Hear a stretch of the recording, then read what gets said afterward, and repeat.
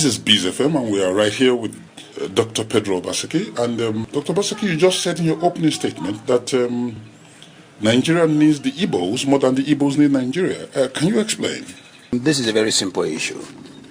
I said that the average Igbo man, without even knowing it, is like the cement that keeps together the Nigerian nation.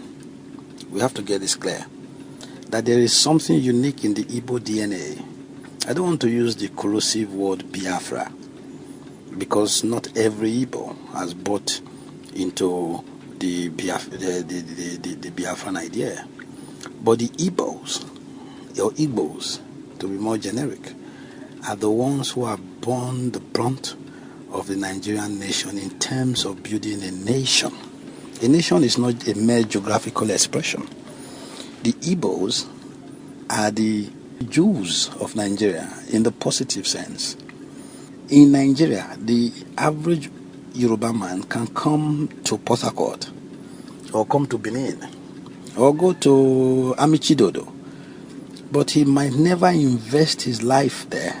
The Hausa man does the same thing. Every time he works for you, his eyes are fixated back home. But not for the Igbo man. The Igbo man might leave Amichidodo, might leave Umulere, Agulere, may leave Imbieri, Bitoli, Keduru, and move to Karanamuda or go to Birni Kebi.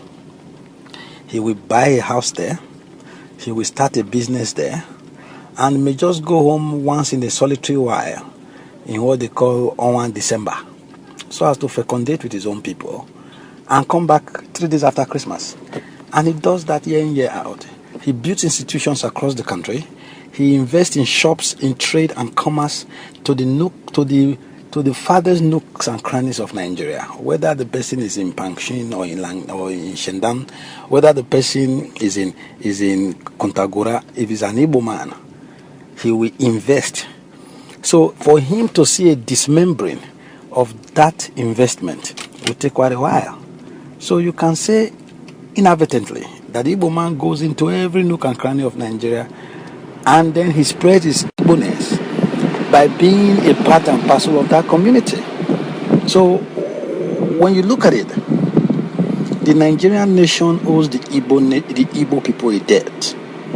We owe them collectively, singly, and together. We owe the Igbo nation. So the non-recognition, forget about the excellence, forget about quota system, forget about the Nigerian within the sanctuary of his locked doors, particularly from certain sectors of the country, don't seem to recognize the unique positioning of the average Igbo man within the Nigerian project. I am not Igbo, I'm Edo, but I recognize it.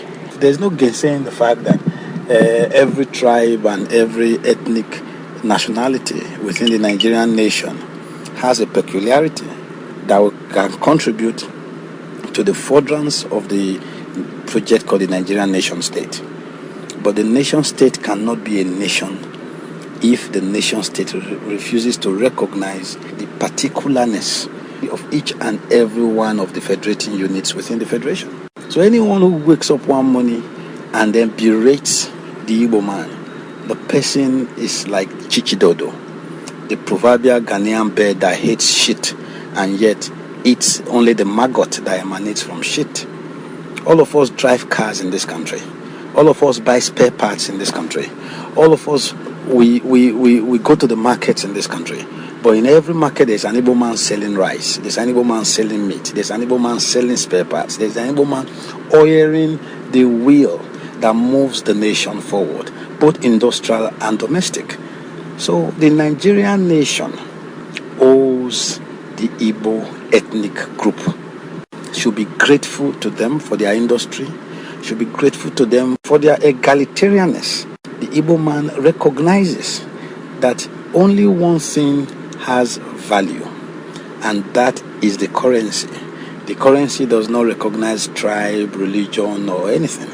It just has only value, because the value of 10 naira in the pocket of a Hausa man is exactly the same value of that same naira in the pocket of a Bini or a Yoruba or an Igbo man.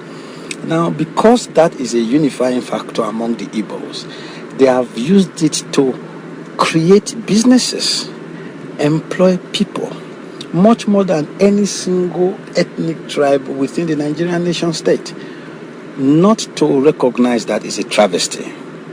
And I say that, challenge me anytime and I will tell you.